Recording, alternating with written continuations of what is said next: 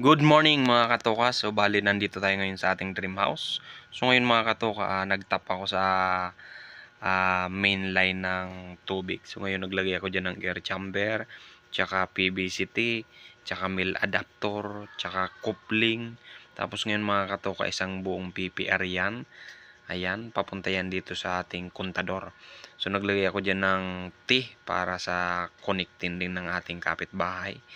Yan mga katoka, PVC ang water line ng ating kapitbahay. So ngayon sa akin, pini-PR ko na. Naglagay ako dyan ng gate valve, tsaka yung ating kontador. Tapos ngayon, nilagyan natin ng gripo.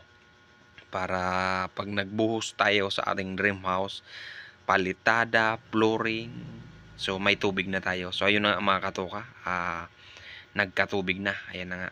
So bali malakas ang pressure dito pag bandang hapon. So malakas ang tubig.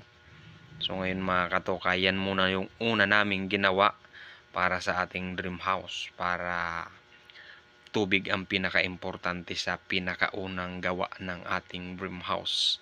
Kasi nga yun yung kailangan natin para sa mga halo. So yun lamang muna mga katoka. Thank you for watching. Please like, share, and subscribe.